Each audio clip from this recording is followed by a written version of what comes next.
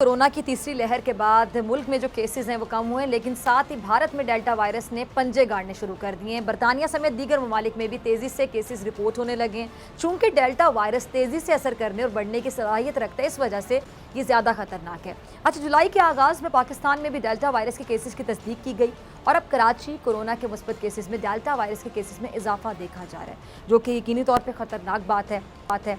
अच्छा, ईद उल अजहा पर आवाम ने कह लें कि SOPs का बिल्कुल ख्याल नहीं किया और मुस्बत केसेस की जो शरह है वो 3% तक भी चली गई थी। वो अब बढ़कर 7.5% से भी ज़्यादा हो चुकी है। NCOC के मुताबिक वायरस से 32 अफराद इंतकाल कर गए और मुल्क में कोरोना से हलाकतों की तादाद 23,048 हो गई है। सिंध हुकूमत ने कोरोना केसेस की शरह में इजाफे के बाद सूबाई जो टास्क फोर्स है इजलास, उसमें तमाम तालीमी इदारे 31 जुलाई तक बंद कर दिए और अहकामात जारी किए हैं कि सिंध भर में कारोबारी औकातकार सुबह 6 से शाम 6 बजे तक होंगे। तमाम जो इज्तिमात हैं, शादी और दीगर तकरीबात, उन पर भी मुकम्मल पाबंदी आयद कर दी गई है। तमाम होटलों की जो इनडोर है और आउटडोर डाइनिंग वो भी बंद कर दी गई है और टेक अवे की सहूलत रात 10 बजे और होम डिलीवरी की जो सहूलत है वो रात 12 बजे तक होगी। अच्छा, एक तरफ तो सिंध हुकूमत ने आवाम की भलाई कह लें और मुफाद में ये इकदाम किए हैं, साथ ही कराची और सिंध भर के जो ताजिर हैं उनसे इन औकातकार को मुस्तरद कर दिया है और उन्होंने ये मुस्तरद करते हुए वक्त को बढ़ाने का मुतालबा भी कर दिया है। अब ताजिरों का ये मुतालबा भी एक तरह से कह लें कि जायज़ है कि जहां मुकम्मल कवायद की पाबंदी की जा रही है वहां कारोबार और दीगर अमूर को अंजाम देने की इजाज़त होनी चाहिए। और सिंध हुकूमत का ये इकदाम किस हद तक दुरुस्त है, इस पर बात करने के लिए मेरे साथ मौजूद हैं हेल्थ सेक्रेटरी कासिम सोमरो साहब। बहुत शुक्रिया ज्वाइन करने के लिए। और secretary general Pakistan medical association doctor Qaiser Sajjad साहब। डॉक्टर साहब, आपका भी बहुत शुक्रिया ज्वाइन करने के लिए। पहले मैं सोमरो साहब आपकी तरफ आना चाहती हूँ। ये बात दुरुस्त है कि जी डेल्टा जो वेरिएंट है वो फैल रहा है, तेज़ी से फैल रहा है, लेकिन इसके फैलाव की बुनियादी वजह जो आप कह लें कि कवायद की अदम पाबंदी है वो है। अब जहाँ पर कवायद की पाबंदी की जा रही है, SOPs पर अमल दरामद किया जा रहा है, अमल किया जा रहा है, उन मकामात को तो खुल जाना चाहिए कि नहीं? बिस्मिल्लाहिर्रहमानिर्रहीम, बहुत शुक्रिया आपका। आपकी बात तो ठीक है, लेकिन हमें बहुत सारी प्रॉब्लम्स हैं, ऐसी बात नहीं है। हम किसी का नुकसान करने के कोई मूड में नहीं है कि गवर्नमेंट ऑफ सिंध कोई अलग से सोचती है कि जी ताजिरों का नुकसान हो जाए, लेकिन हालात इससे ज़्यादा वर्स्ट हैं। आप ये सोचते हैं कि इस वक्त पाकिस्तान में पर्टिकुलरली अगर आप डेथ की जो परसेंटेज है ना, वो इस वक्त दुनिया में सबसे ज़्यादा इस वक्त हमारे पास डेथ्स हो रही हैं इन टर्म्स ऑफ परसेंटेज। हम कह रहे हैं पर 1000 पे जो दुनिया में इस तरह हम लेते हैं, तो इसका मतलब ये है कि हम जो है वो इस वेरिएंट ने हमारे नुकसान बहुत ज़्यादा करना शुरू कर दिया और हमारी बेएहतियाती ने हमारा सबसे ज़्यादा नुकसान शुरू किया है। सॉरी। अब दूसरी जो इम्पोर्टेंट बात है, जैसे आपने कहा कि जी ताजरों ने की है, हमारी सारी हमदर्दियाँ उनके साथ, लेकिन हम पब्लिक हेल्थ पे उनके साथ कोई हमदर्दी नहीं रख सकते। सुबह 6 बजे से शाम 6 बजे तक अगर दुकान खुली है तो ये 12 घंटे का टाइम है। अब 12 घंटे में आप लोगों को इस बात के लिए क्यों आमादा करते हैं अपनी एक सर्टेन जो है वो अपनी अप्रोच के लिए कि सुबह आप 12 बजे उठेंगे, 1 बजे शॉप आके खोलेंगे, 1 बजे से आप रात को 1 बजे तक शॉप खोलेंगे, ताकि जो शख्स है शाम को निकले, हमको फिर उस एक्टिविटी में जो है वो बाहर निकले, सोशल मोबिलिटी ज़्यादा करे। तो ऐसा क्यों सोचते हैं?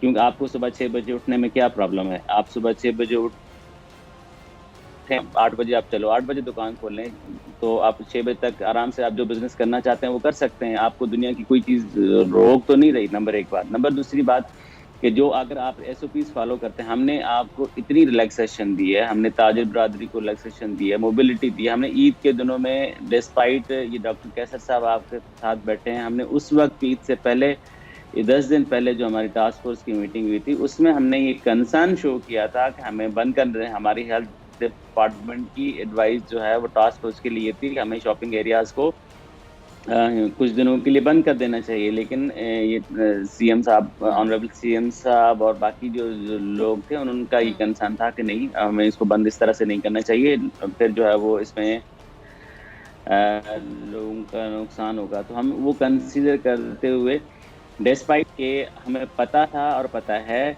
कि इस वेरिएंट की वजह से हमारी इन्फेक्टिविटी ज़्यादा हो गई है, हमारे पास हॉस्पिटलाइजेशन ज़्यादा हो गई है। आप एक बात सोचें फिजा, जो इम्पोर्टेंट आस्पेक्ट है कि हम हम्म। इस वक्त लोग समझते हैं कि जी सरकार की रिस्पॉन्सिबिलिटी है कि जी अस्पतालें बढ़ा दें। तो भाई सरकार की रिस्पॉन्सिबिलिटी अस्पतालें हम्म। बढ़ाना बिल्कुल है, हम बेड्स बढ़ा रहे हैं, ये बहुत एक्सपेंसिव तरीका है। ये अगर इस तरह से कंट्रोल होता तो दुनिया के जो डेवलप्ड कंट्रीज हैं उसमें बहुत पहले हो चुका होता, लेकिन इसका कंट्रोल उसके उसके हाथ में नहीं है। इसका कंट्रोल मास्क पहनने से है, सोशल डिस्टेंस करने से है, इसका कंट्रोल हाइजीन मेंटेन करने से है, इसका कंट्रोल वैक्सीन करवाने से है। इसका और कोई दुनिया में इस्टेब्लिश्ड कंट्रोल नहीं है। ये बाकी जितने अब हमने कल के दिन 2-3 दिनों में जो हमारी लास्ट टास्क फोर्स की मीटिंग हम्म।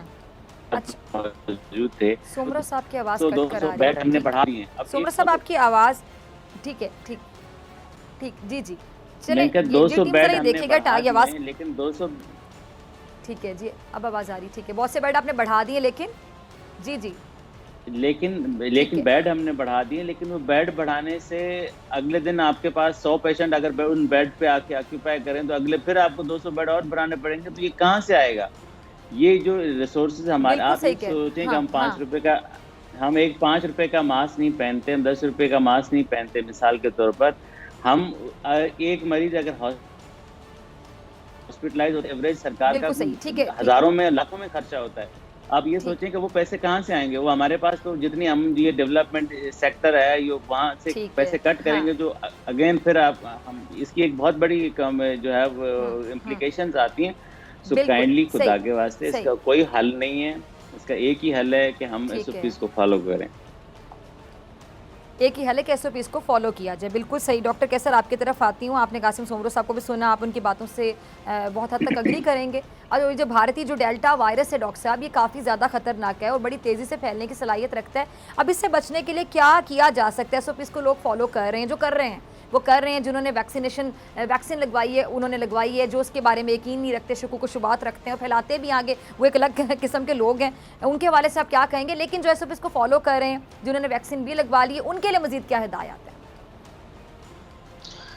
बिस्मिल्लाहिर्रहमानिर्रहीम। बहुत शुक्रिया फिजा। देखिए, जिन्होंने वैक्सीन लगा ली है उनके लिए सिंपल हिदायत ये है कि उनको प्रोटेक्ट करना है अभी भी अपने आप को दूसरों से, क्योंकि मेजॉरिटी लोगों ने अभी वैक्सीन नहीं लगाया है और ये बहुत ज़्यादा चांसेस सही, हैं कि जो लोग विदाउट वैक्सीन के गुजर रहे हैं और आमीन जा रहे हैं बाज़ारों में हर जगह पे, तो वो चांसेस हैं कि जो जो वैक्सीन लगाया है वह शख्स है उसको भी इन्फेक्ट कर सकते हैं, और ये हो रहा है। लेकिन एक फ़ायदा ये है, आपके तवज्जुह से तमाम लोगों को बताता चलूं कि जो अभी स्टैटिस्टिक्स सिंध गवर्नमेंट के हेल्थ डिपार्टमेंट ने दी है, इस वक्त कराची के अंदर जितने भी हुँ, पेशेंट मौजूद हैं, जो रजिस्टर्ड हैं, जो हुँ, दाखिल हैं, वो 85% वो पेशेंट हैं जिन्होंने वैक्सीन नहीं लगाया है, यानी कि 87%। नॉन वैक्सीनेटेड है।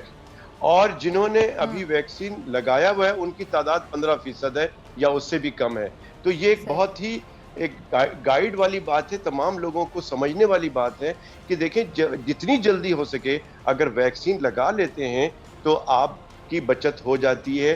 तो जो लोग वैक्सीन, जो आपका बेसिक सवाल है कि वैक्सीन लगा लेते हैं तो उनको क्या करना है? उनको यही करना है कि अभी आप अपने आप को प्रोटेक्ट करना है, वही एसओपीज़ को फॉलो करना है, उनको भी मास्क लगाना है, उनको भी सोशल डिस्टेंसिंग पे अमल करना है उस वक्त तक जब तक मेजॉरिटी लोग जो हैं वो वैक्सीनेट नहीं हो जाएं। जब सब लोग वैक्सीनेट हो जाएंगे, जितनी जल्दी होंगे, हमारा तमाम कारोबार, हमारी तमाम एजुकेशनल इंस्टीट्यूशन, रेस्टोरेंट, मार्केटें, तमाम चीज़ें जो हैं बहुत आसानी से आप हुँ, कारोबार कर सकते हैं जितनी जल्दी अगर ये वैक्सीनेट हो गए हमारे ज़्यादातर लोग।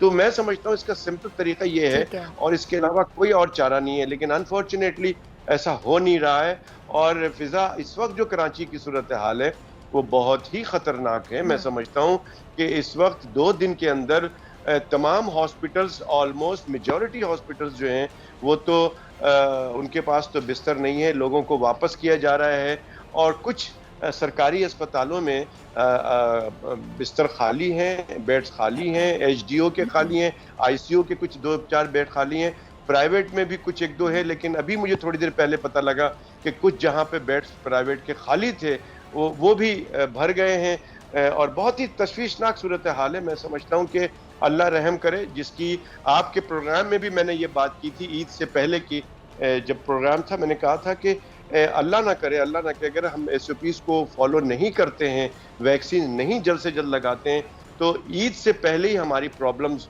बढ़ सकती हैं। और ईद के बाद मैंने ये जुमला कहा था कि जुलाई के आखिरी हफ्ते में या फर्स्ट वीक ऑफ अगस्त में हमारे लिए बहुत ज़्यादा परेशानी का बास बन सकता है अगर हमने एहतियाती तदाबीर नहीं अपनाई, जिसका कि हम देख रहे हैं कि वही सारी चीज़ें आ रही हैं। काश के हम तमाम चीज़ें खुली रहती और हम SOPs पे अमल दरामद करते तो तमाम चीज़ें ये खुली रहती और ये नंबर ऑफ केसेस नहीं बढ़ते। और प्रॉब्लम हमें जो हो रहा है वो हॉस्पिटल्स पे जो बर्डन हो रहा है, इस वक्त 48 घंटे के अंदर 2 डॉक्टर्स इंतकाल कर गए हैं। ये तमाम चीज़ें जब बर्डन पड़ता रहेगा, डॉक्टर्स पैरामेडिकल स्टाफ वो बीमार होंगे, घरों पे होंगे, तो मैं समझ में नहीं आ रहा है कि फिर इलाज किधर कौन करेगा और कैसे होगा, जब ये हमारा तो वैसे ही हेल्थ का निज़ाम बड़ा वीक है। इंडिया के अंदर जो हेल्थ का निज़ाम हमसे बहुत बेहतर है, इसके बावजूद आपने देखा कि वहाँ क्या सूरत हाल थी। लोग लाइन लगा के ऑक्सीजन लगा रहे थे हॉस्पिटल के बाहर। तो अल्लाह ना करे हमारा ये इस तरह का दिन आए ऐसा, और लोग समझ जाए कि जी हमें ये प्रिवेंटेबल डिजीज है। देखें ना, इसमें कासिम साहब की बात से मैं एग्री, बिल्कुल टोटली एग्री करता हूं कि देखें, आप थोड़ा सा एक मास्क खरीद लें, सोशल डिस्टेंसिंग कर लें, घर में कोई तकरीब ना करें। मेजॉरिटी मेरे जानने वाले लोगों ने कहा है कि फलां जगह शादी में गए थे उसके बाद ये हुआ, फलां जगह रेस्टोरेंट में गए थे उसके बाद ये हमने लगाया, पूरा घर जो है वो इन्फेक्टेड हो गया। तो भाई हमें इस वक्त अगर हम एहतियात कर लेंगे, थोड़े दिन बाद हम जिंदा रहेंगे तो सब कुछ कर सकते हैं।